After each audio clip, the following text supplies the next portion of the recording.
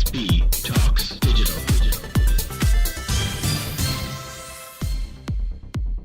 Hello and welcome to JSB Talks Digital, the podcast for marketers, digital transformation champions, and those of you bringing your skills into the digital age. I'm Joanne Sweeney-Burke and this podcast is brought to you by Digital Training Institute. In this episode number 119, I take you behind the scenes of International Podcast Day 2018. You all know my love of radio and podcasting. Some of my podcasting achievements are my most proud in my time in business. I was delighted and honoured to be asked to become part of International Podcast Day 2018. And this week, I broadcast a 1-hour show to a global audience. The theme for my show was Life Behind the Mic, Why I Can't Live Without My Podcast. International Podcast Day has evolved with the growth in podcasting worldwide. It started in 2014 and it was celebrated with just 6 hours of broadcasting. Fast forward 4 years and it goes for 24 hours with podcasters from right across the world taking part. The organisers target top contributors from over 55 countries to share their podcast journeys, personal journeys and their expertise. So, in this very special show, you can listen back to JSB Talks Digital, the journey and why I love my life behind the mic.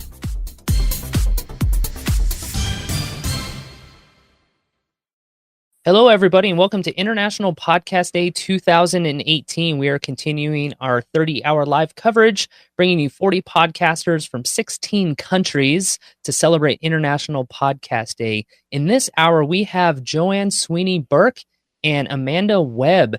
Ladies, how are you doing today? Great. Excellent. It's Excellent. Sunday. Well, we're excited to have you, and thank you for joining us from Ireland for this hour. Before I hand off the reins to you, I did want to thank our sponsors for International Podcast Day. You can learn more about them at internationalpodcastday.com/sponsors. Our platinum sponsor again this year, Blueberry. They're a full-service podcasting company providing podcast hosting, stats, and advertising opportunities. Find more about them at blueberry.com. Our silver sponsors are repurpose.io. You can automatically convert your audio podcast into engaging videos and upload them to YouTube, Facebook, and other social media channels. Try it for free, repurpose.io/IPD. And Podcast Success Academy. This is a resource-packed community with tools such as workshops, tutorials, courses. It's going to teach you everything you need to know to succeed as a podcaster. Gain your free access by going to podcastsuccessacademy.com. Well, Joanne and Amanda, I am going to hand the reins over to you. Thank you again for joining us and representing yourself, your podcast, your industry, and of course, Ireland.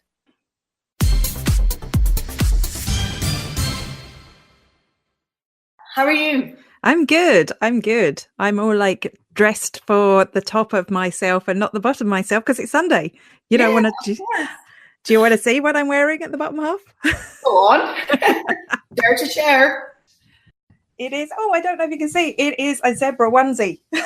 I just thought, we should see what it's like working from home on a Sunday. And of course, you dressed for podcasting, right? Absolutely. Yeah. Absolutely. So this is a very special episode of JSB Talks Digital, and you are all very welcome. My podcast is for marketers and those of you bringing your skills into the digital age. So I am Joanne Sweeney-Burke, and I'm going to be your co-host today, along with Amanda Webb, who is coming in as my very first co-host on my podcast. This is episode number 119 for me, and I'm delighted that I'm celebrating International Podcast Day, because podcasting has become a very important part of my life and also my business over the past 2.5 years. And if you haven't already, please subscribe to JSB Talks Digital. I provide you with 25 minutes of digital marketing and social media insights to help you thrive in the digital age. We're on Google Podcasts, reaching even more Android users, Spotify, iTunes, and also on Alexa with our new weekly flash briefing introducing each week's show. And if you subscribe, I'd also love a review. So coming up in this episode, we'll be talking about the power of podcasting, getting results. Amanda and I will talk about how we love our podcast, how we got started, and why we will continue and commit to podcasting. In shoutouts, I want to recognize the International Podcast Day founders, Steve and Daniel. We have Ask JSB in JSB's column, Why I Can't Live Without My Podcast and How It Helps My Business to Thrive. And finally, I will tell you what podcasting tool saved my working week. So Amanda, you are the very first co-host of JSB Talks Digital. Tell us a little bit about yourself and your own podcasting journey.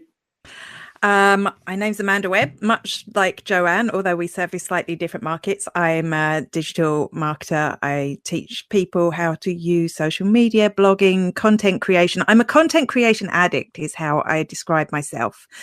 And I started podcasting probably because it was something I had in mind when I started my business 9 years ago, and I didn't get round to it until 3 years ago. And I think I was inspired by Darren Rouse from ProBlogger. I was listening to his podcast one day and I was going, I could do this. I can do this. So next thing was I started a podcast, and now I think I'm on episode 122. It's a fortnightly podcast called Blog Centric, which helps you create a better blog, essentially, and with some other kind of stuff about marketing your business on top of that. And, you know, I've been podcasting for about 2.5 years with my weekly show. And very similar to you, Amanda, I was inspired by somebody to get going. I'm in business exactly 10 years this month. And as a former broadcast journalist, I always wanted to go back behind the mic and have my own show. I missed radio so much, but I knew that podcasting would feed that addiction, I guess, that I have to audio content. But a bit like you, I needed a bit of a kick up my backside. And the person that gave that to me is actually Chris Ducker, who's now my coach, my business coach, because I'm in his roundtable mastermind. And I saw Chris and Pat Flynn at Social Media Marketing World in San Diego in 2016. It was the very last session. And Amanda, I know that you've been there too. And it just inspired me. So today, Amanda and I really want to inspire you to either launch and start your podcast or to take it to the next level. So in terms of podcasting for digital marketing results, there's 3 kind of tips that I want to give you today and insights to try and spur you on. As you know, the world of digital is moving so fast that even people like Amanda and I can't really keep up with it because there's so much. Governments and legislation can't keep up, and technology is changing the world. First of all, I want to talk about voice and search marketing. You heard me mention that I've brought JSB Talks Digital onto the Alexa device.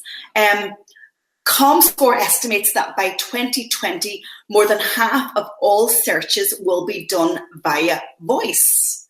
So audio has a power, and that will grow in prominence. Google are saying right now that 20% of all mobile search queries are voice. So you have to optimize not only for traditional search, okay, with text-based content, but now you've got to optimize for audio as well. So you have to make sure that you are answering the questions that your ideal customer is putting in, and you have your podcast or your audio files optimized. Amanda, are you going to kind of intend perhaps to set yourself up on Alexa, or have you got a smart device? I do. I have an Alexa. I use it a lot. Actually, interestingly, something I'm not panicking about too much. I am thinking, I'm interested in that you're doing a flash briefing. I didn't notice that. I'm kind of interested in the idea of doing flash briefings. But I think that's the way we need to think about smart devices at the moment, because people don't want to, I do say, play This American Life. I do say, and I listen to my podcast through my phone on it. But I do think a lot of people will just want that snippet of information, because when you think about what we ask our smart speakers, it is, what's the weather going to be like today? What time's the film on? Or set a timer for it. It's not really, play me a full length podcast. So I think our first stage has to be looking at that short content, like the flash briefings. I'll have to listen to yours now. I have to check it out. And that brings us on to the rise in smart speakers. I think there's about 40% of people now in the United States have a smart speaker, and we live in the age of assistance where we want, Google and everything to help us with our lives, because we're becoming more demanding. Some people say we're becoming more lazy, but I think our expectations as consumers are going up as technology evolves. And so, I'm hoping that people will say, hey, put on JSB Talks Digital, or how can I promote my podcast? And then my podcast will come up. The other great thing about podcasting, and this is one of Amanda's great skills, is repurposing. Write the long form content, write it once, and you have bucket loads of it then for social. So I know Amanda does a weekly video, a Facebook Live actually, and she also has her podcast. And Amanda, you repurpose that in multiple ways, right? I do. Well, I would snip it down to kind of like headlines. So I suppose that's the sort of content we could be looking at for smart speakers in the future. Now that you've got me thinking that way, definitely going to do a flash briefing with the headlines. So not everyone wants to listen to or watch even. I think that's the thing about live broadcasting, a half-hour show.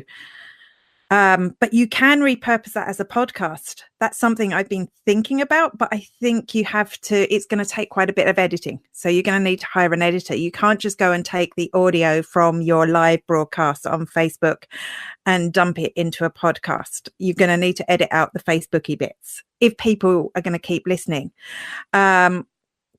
Also, I just got distracted by a comment. Somebody mentioned my names in the comments, and I went, that's really important. So the headlines, I would do a short little video, which I will put on Instagram. I'll actually make it on Instagram, and then I'll download the story and use it on Twitter and elsewhere to promote the broadcast coming up. But a lot of people would watch that and maybe not watch the full show. So that's a couple of things I do. And then I was uploading it to YouTube, but I wasn't it has to be edited. That's the thing. It's very easy to get lazy about your repurposing. So I think you need to think about outsourcing the editing part of it, because it was great going up on YouTube, but nobody was watching it. So if I could cut out, again, the bits that are obviously Facebook-y, I think that could work really well, because usually YouTube does okay for me. Yeah, and we have to respect the features and the specific audiences that are on each channel. We can't just dump our podcast on other channels and not respect how we should be preparing the content. But I love my podcast because it gives me weight in terms of that long form content. I always create the show notes, which is optimized for Google, create some audiograms for social. I get lots of really great tweets out of it, and I'll probably give it to my audience in my Tuesday e-zine. And as I say, I'm now going to do the Alexa flash briefing. So the podcast allows you to get to different audiences via different channels, but you have to respect what those channels want in terms of how you present the content and also who you're speaking to. But a podcast also shows authority, and loads of people are getting into podcasting, and it allows you to have that one-to-one conversation with your niche audience. I mean, Amanda and I share a very similar skill set. However, we're targeting a very, very different audience. And that's the beauty of our podcast, because I think it shows differentiation and also a commitment to the business of whether it's digital marketing or whatever you're in. Do you think, Amanda, that your podcast has given you more authority in your niche? Absolutely. I think that was one of the reasons I did it, was because I've always been like a very heavy blogger. So I would always have blogged before. And I've been doing video for a long time, but I just felt that I was listening to a lot more podcasts. I felt very close to the people who I was listening to on podcasts. All of a sudden I felt like I know them. That's why Darren Rouse, I'd been reading Pro Blogger for as long as I'd been blogging, which is about 12 years at this stage. So, but I didn't feel like I knew him until I heard him in my ear. So you have that very strong connection, I think, when you hear someone. Can I just go back to one thing that you said about repurposing? Sorry to distract it, but I scribbled down a note, because I think talking about transcribing our podcast is really great. And I know you do that. And very often you release one transcription before the podcast, and I read the whole thing. It was about a big scandal here in Ireland, which was a Bloggers Unveiled. I read the whole thing, but I also think the transcription is great, but I think if you can, write a blog post too.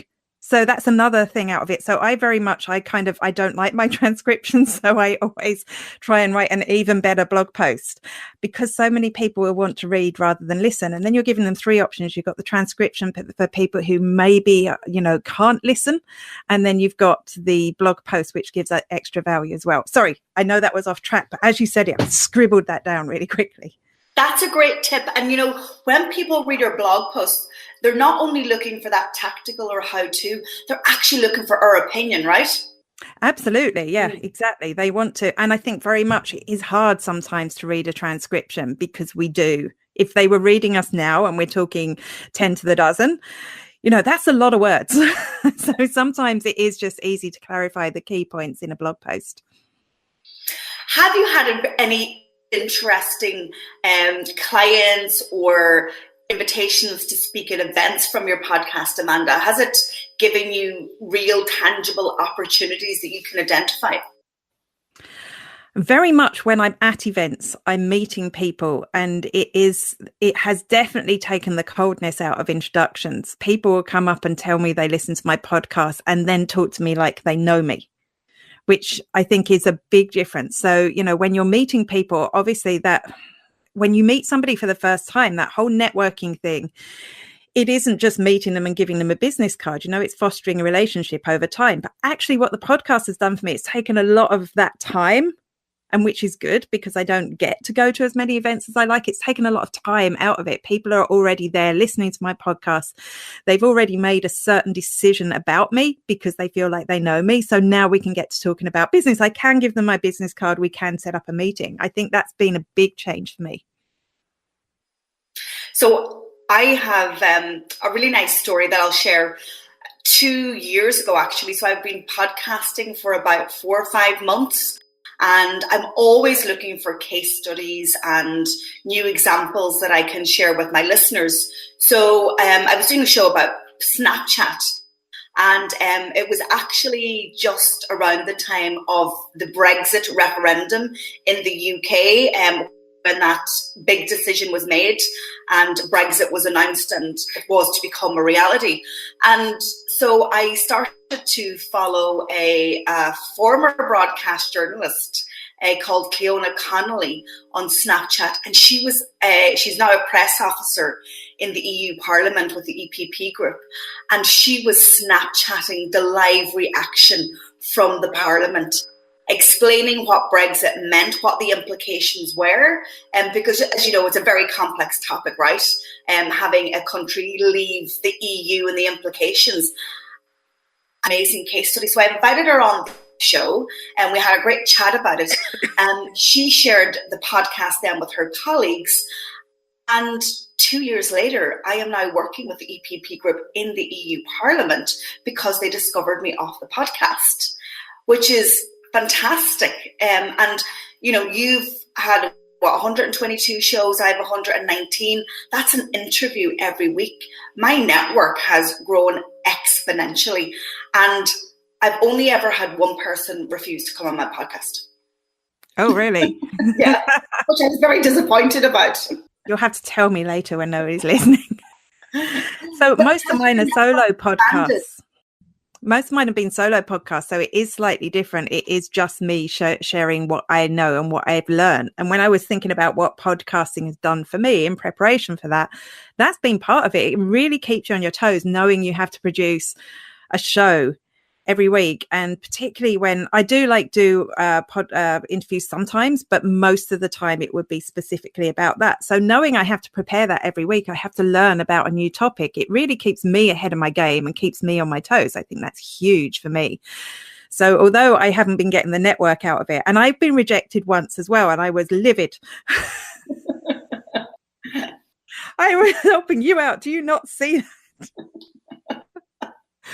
But I think that's kind of the difference between having a solo show is like I don't get the network. Although having said that, I have had people on my show that now have like I'm doing work for. So it does work that way. Maybe I should do more. Yeah. And, we know in the online space, it's about know, like, and trust, right? First of all, people have to know us, discover us. Then they decide whether they like us because, we're human beings after all. We don't like everybody, and we're drawn to people that we feel either understand us or are very similar to us. And then it's about that trust. Do they actually know what they know online? Because we know it's very easy to build an online persona, but you have to prove and have that social proof that behind all of what you say you are, that you can actually deliver on it. And I think that podcast is a really great way because there's nowhere to hide, right? We're both behind the mic right now. And it's very personal, it's very intimate. And what you say and how you say it is so, so transparent. You can also tell, right, by somebody's voice. I know we're on camera today and that's a whole different medium, but you can always tell by somebody's voice as well. And, if it's meaningful and if they believe themselves, right? Because I'm sure you've had days where, maybe you don't believe what you're saying, but when you're on point, you're on topics that you love and that Yeah, absolutely. And that's why I think that is part of the pressure of preparing so much more than I used to just for the blog post alone. It is, I do a lot of more research than I would. Or if I don't know the topic, I think I always have to say, I'm just playing with this. I'm just learning this. So I think, you do feel like you've got this duty to your listening audience to be honest with what it is that you know.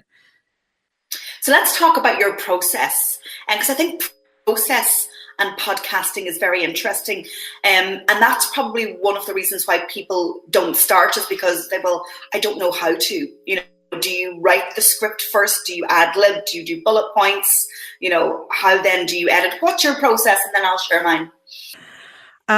I would go and research my topic. And then I go and see if there are any keywords for it because it's going on the blog. Yeah.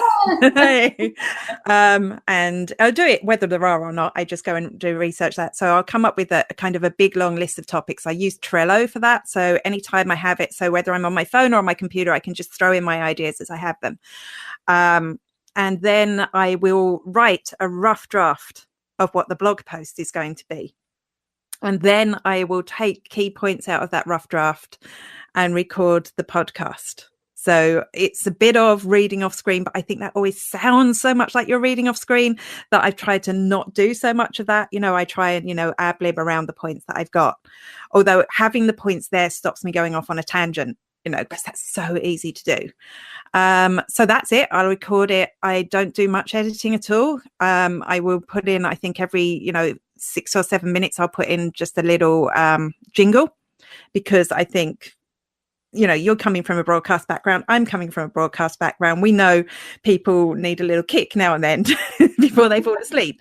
So that helps with the editing points as well. And, even that, even a small edit can take you quite a while, because I've got a 20-minute show at least. So you're 20 minutes listening and then you have to put in all the bits and pieces. So that's probably the longest process. And then I will go rewrite the blog post, and later on I'll decide which was better, the blog post or the podcast.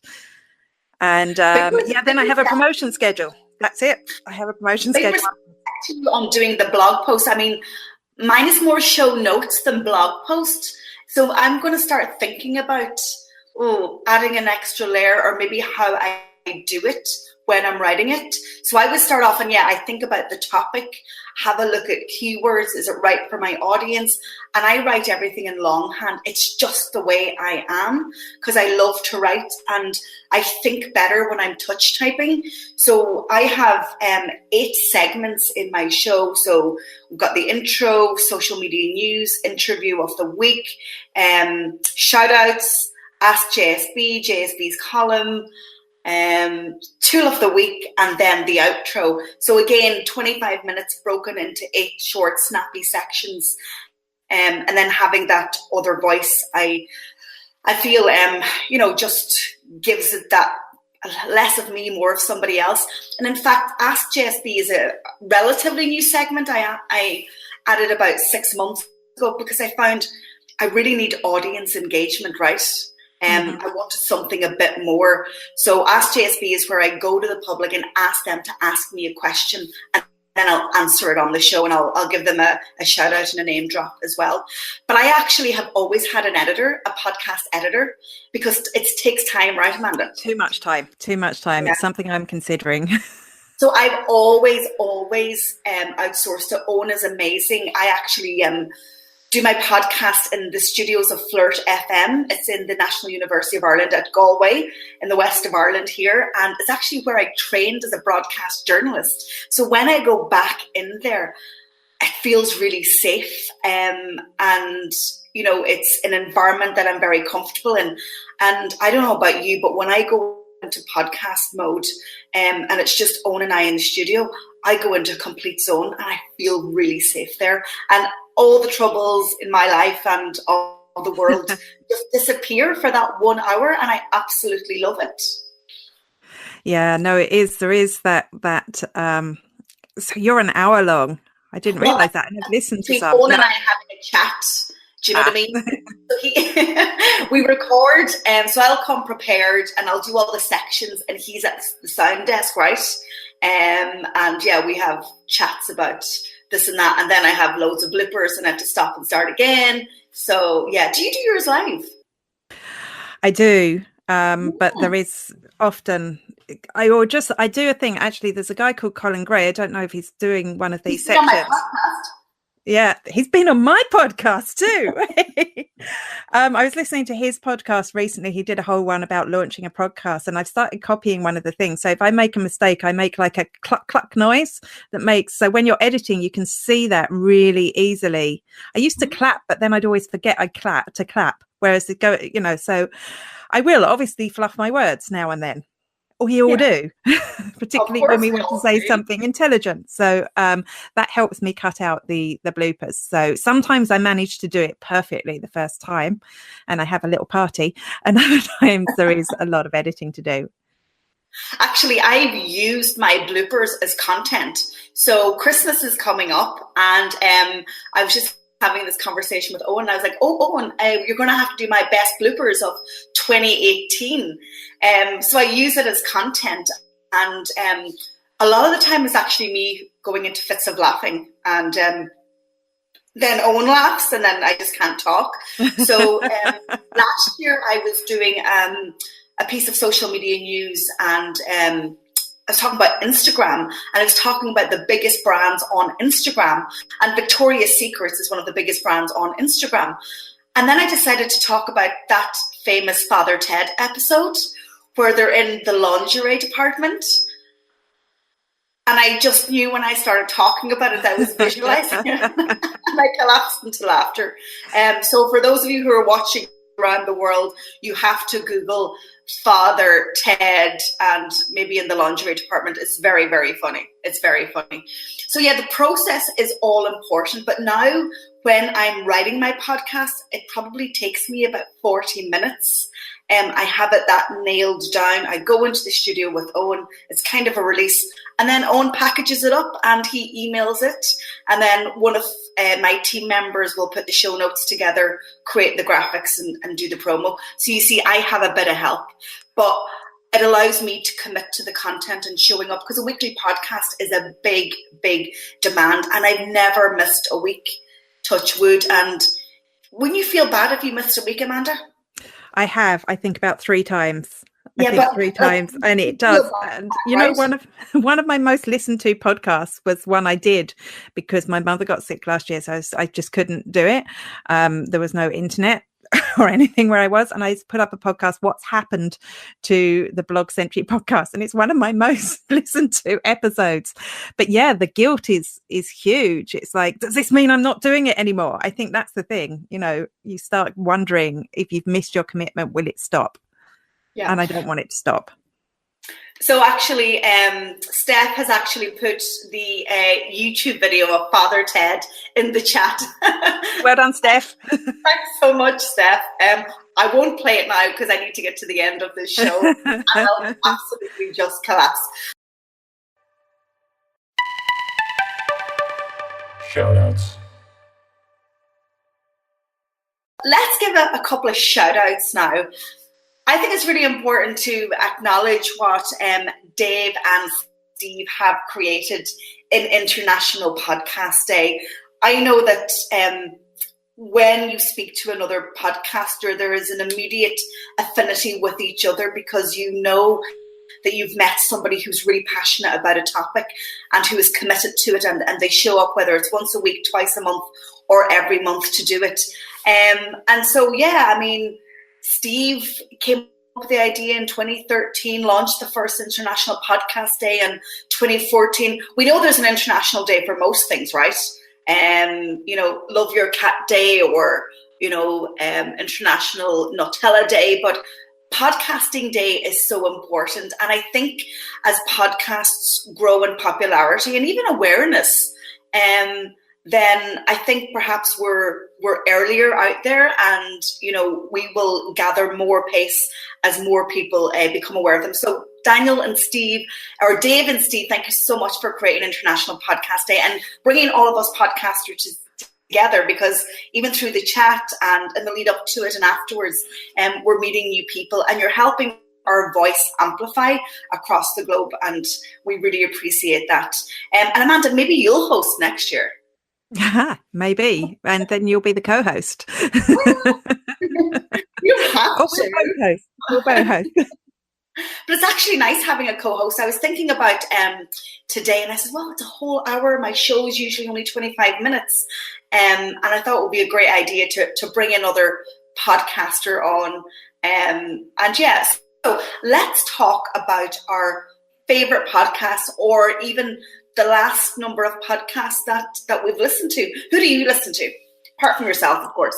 I try not to listen to myself. That could kill your podcasting career if you listen to yourself too much.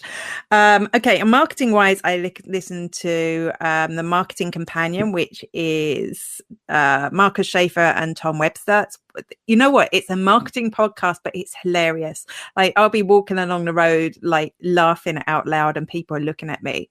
So if you want kind of a nice marketing podcast, that's one. And it's really full of great info as well.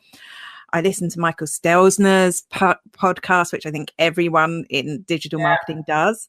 But sometimes I think we miss. I'm just going to give a shout out to Tim Lewis as well, because I actually listen to his podcast about, I think it's Begins Self-Publishing.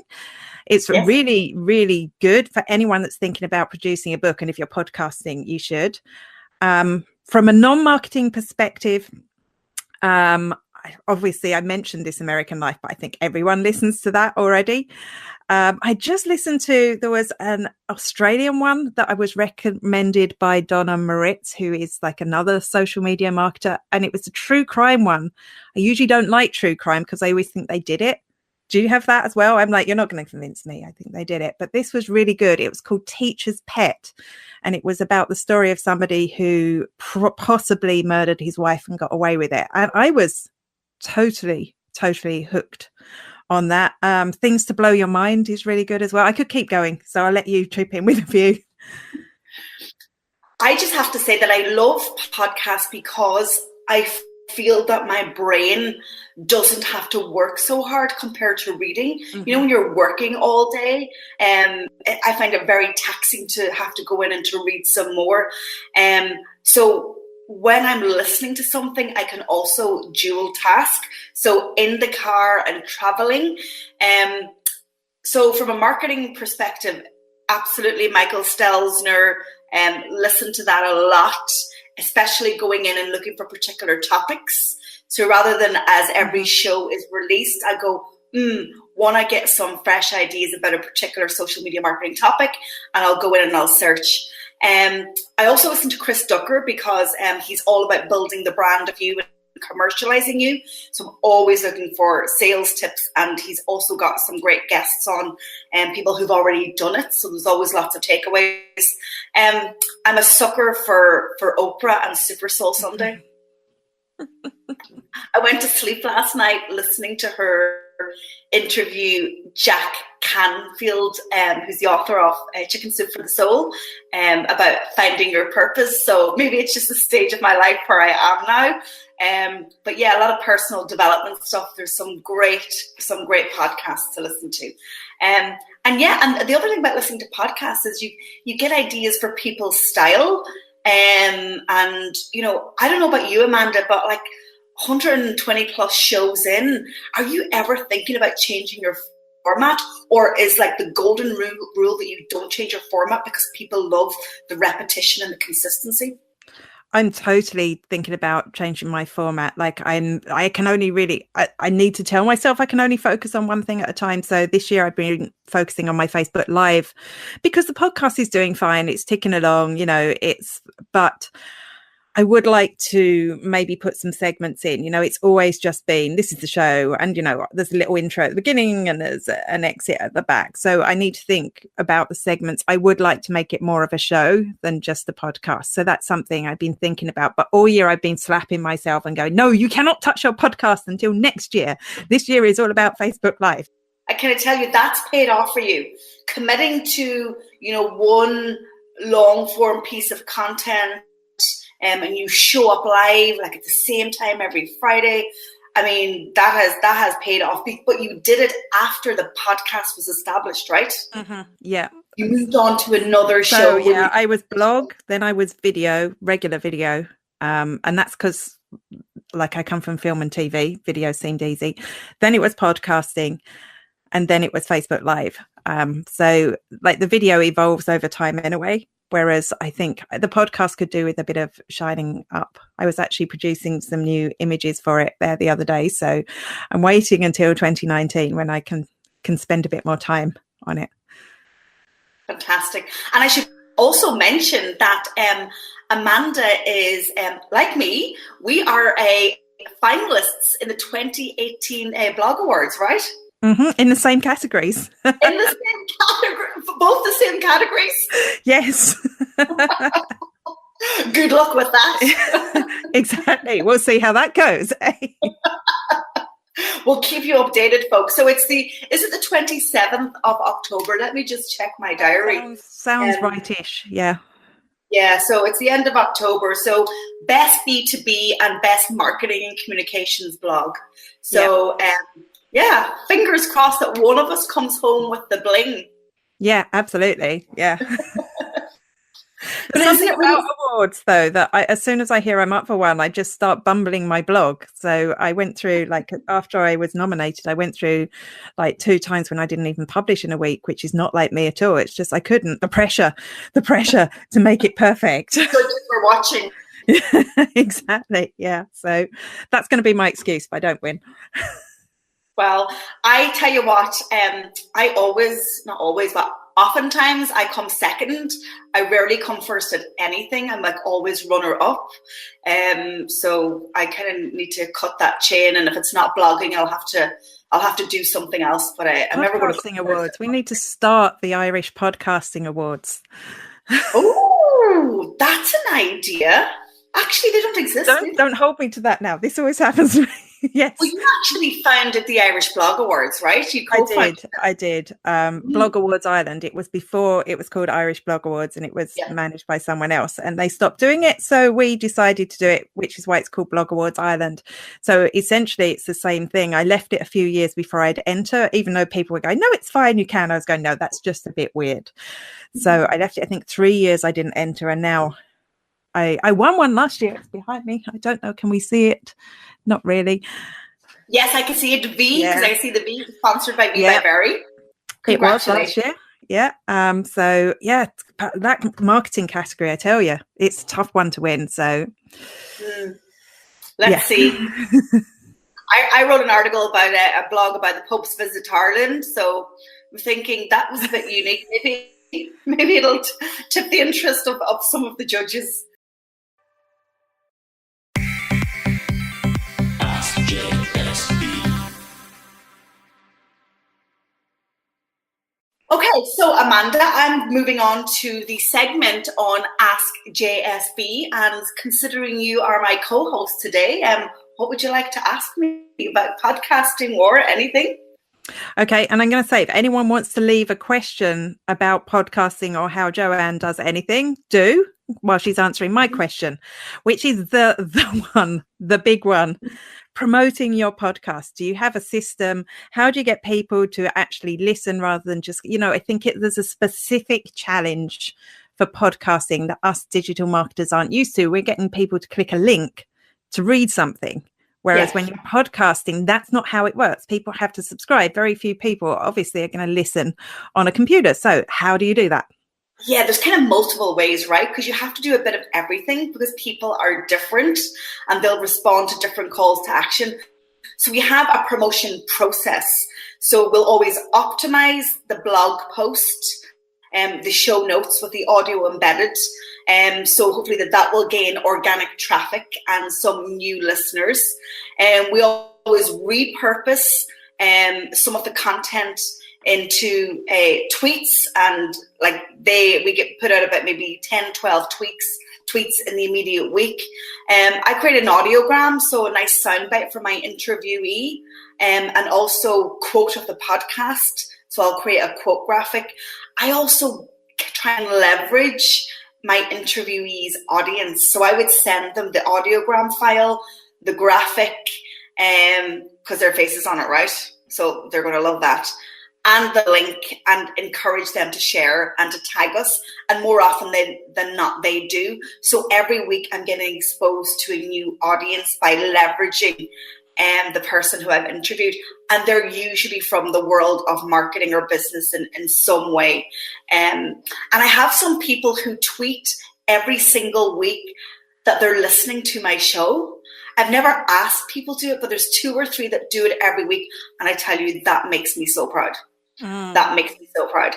I know when I'm speaking and when I'm with clients, I'll always take my Zoom recorder with me and I'll record questions for Ask JSB and, encourage them to listen into the answer. It's that just general word of mouth on steroids, as Eric Qualman says, through social, but also leverage the people that I'm meeting on a daily basis. But it is real organic, isn't it? Trying to build your podcast. I don't, and I've thought about it, do Facebook ads or Twitter ads, promoting the show of the week. Sometimes I'm really bad at the paid stuff and just do the organic stuff and go on with it. So yeah, we have tried that. Yeah, they'll all go and read the blog post. They don't listen to the show. Okay. So, that is the big struggle, I think. Right? Yeah. I think getting subscribers is the big thing. If you can get people to subscribe to your show, that's going to be huge. And obviously, we have another question, though. So from somebody that isn't me, Steph, what's the one thing you wish you knew when you first started podcasting? I think that the one thing I wish I knew was that you didn't have to know everything, because I didn't start for 2 years because I was waiting to know absolutely everything, and that's dumb because you're never going to know everything. So I just wish I'd known that I could have got Owen, and when I put it out there and said I'm not podcasting because, and then when I said it out loud, I said I'm not podcasting because I just don't have the time to edit. Then I had the realization, so you have to say out loud what it is that's stopping you, and then you get a solution. And then I called Flirt FM because I had my office on campus at that stage, and I said, do you have anyone who would edit my podcast?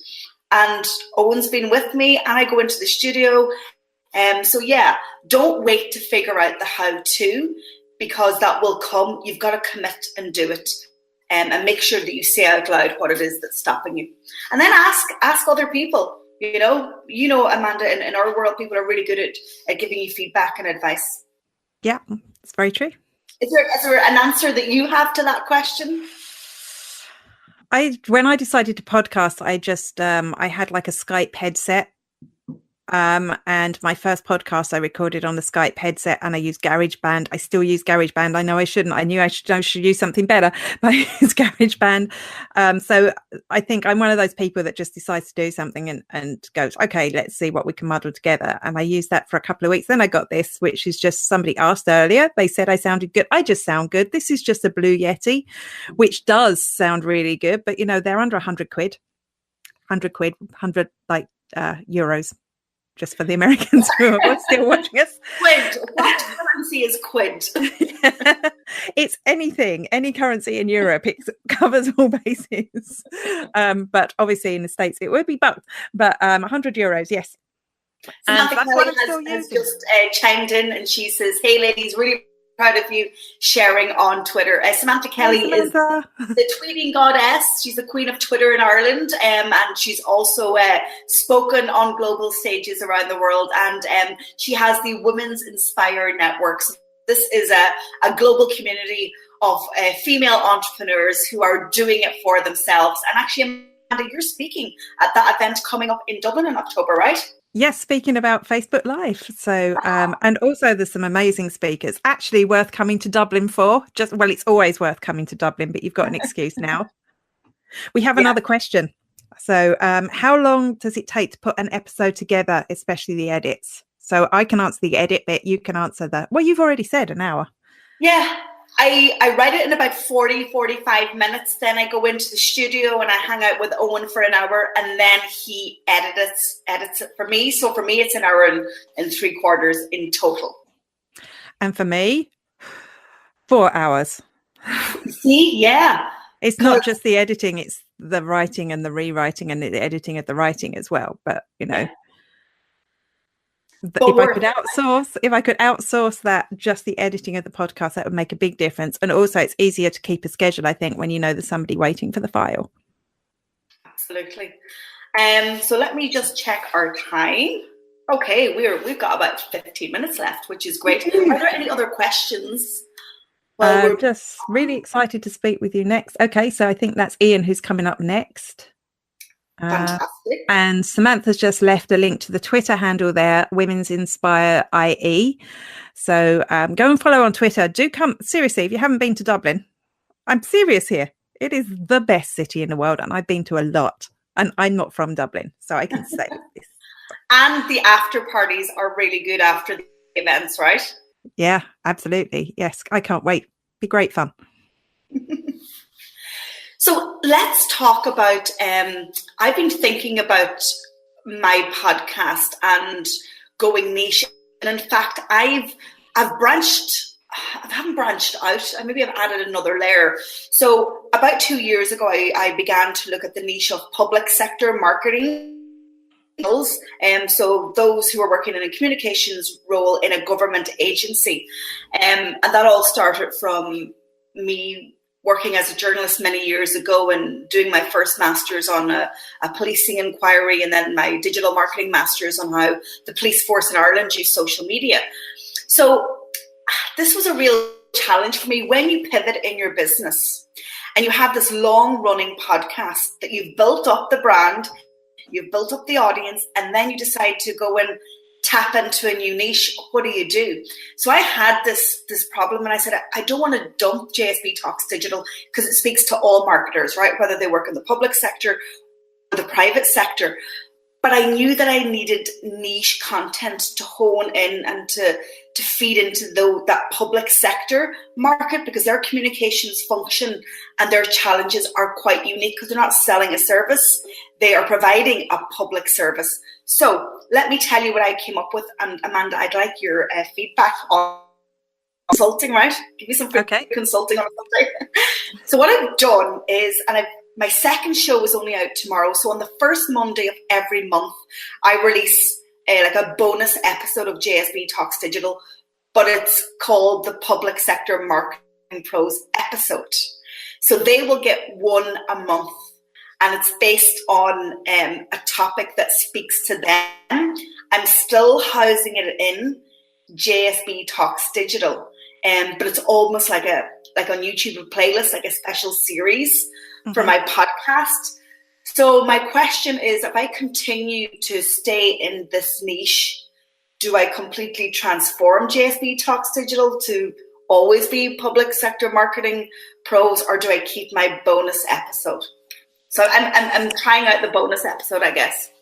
It's a hard decision to make, particularly when you've been doing something for so long, and you'll get a lot less listeners, obviously, because you're not targeting but the listeners who listen are going to be more likely to be your customers. So are you going to stick to the niche would be it. I know I've tried lots of different businesses in my time, and each time, now I've got all these domain names hanging around from all those. And, but I think, and it is hard because you can't, I think that's a challenge, particularly when I started marketing, and probably when you did, there was nobody doing social media marketing in Ireland. I was, I didn't have much competition. There were 2 or 3 people who I really admired out there that were proper marketers that had been doing, who just added it to what they did. Whereas now there's just I look around me, I don't know how many people in my own town are doing it, but I know there will be people, so I think to help us stay ahead of our competitors, we really need to maybe look at niches. But I'd be sad to lose your regular podcast. So yeah, I'm going to keep it going. I think I'm going to test the special episode once a month, build that audience, bring my original show. And I think it's for marketers, but I think getting the one episode per month for the niche was my solution to that tough question, because I didn't really have an answer. But it's like anything in marketing, right? Especially in the world of digital, you've got to test and try.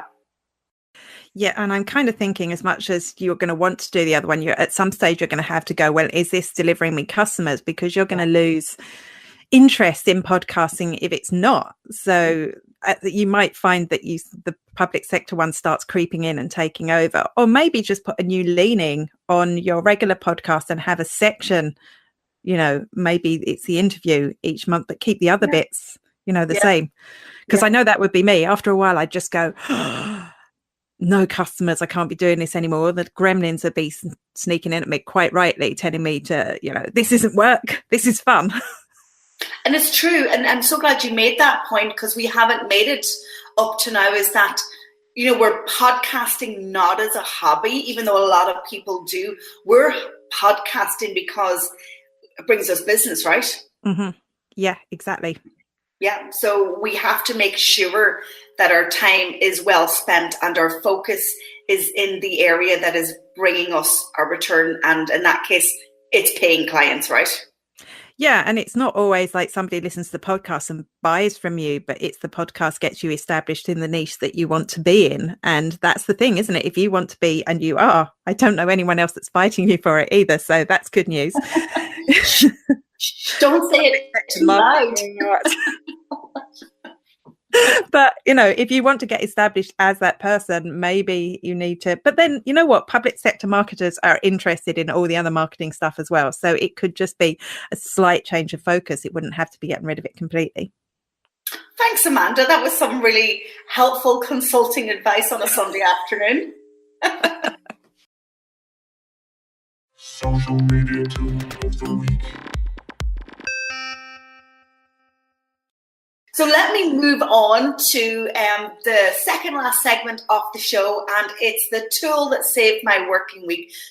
Sometimes it's a social media tool, sometimes it's a digital marketing tool, but for the day that's in it, it's a podcasting tool. And I'm not just using repurpose.io because they are sponsors. It's because I actually used it this week. And I can prove it because my podcasts are now on my YouTube channel. It's a really nifty tool. And what it does is it repurposes your podcast automatically to a Facebook Live, to a Facebook video, or to a YouTube video.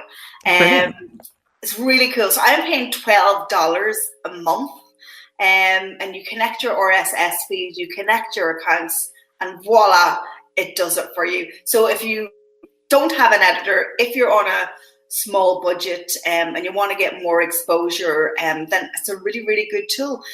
And I also use Burberry as well for my analytics, and it's good. Have you got any podcasting tools that you use? That you said you use GarageBand anyway for editing? What do I use? Actually, nothing in particular, so I'm going to be kind of boring. I use tools for everything, but I suppose more from kind of a promotion point of view, it's always the kind of the promoting thing. I've been looking at that Wave. I think you use that as well. Do you? Yes, I use Wave also. Yeah, I mean, that's really cool. I was thinking of you, but again, I'm on that thing. No, you're not allowed to work on your podcast at the moment. So I've been looking at Wave. Also, I've got a little mixer that I'm dying to try out. So it is going to be the end of my Yeti microphone soon because you can't plug a USB into it. So I like gadgets. You see, I'm a gadgety person. You are. So yes, you totally. Are. So it's more gadgets than tools.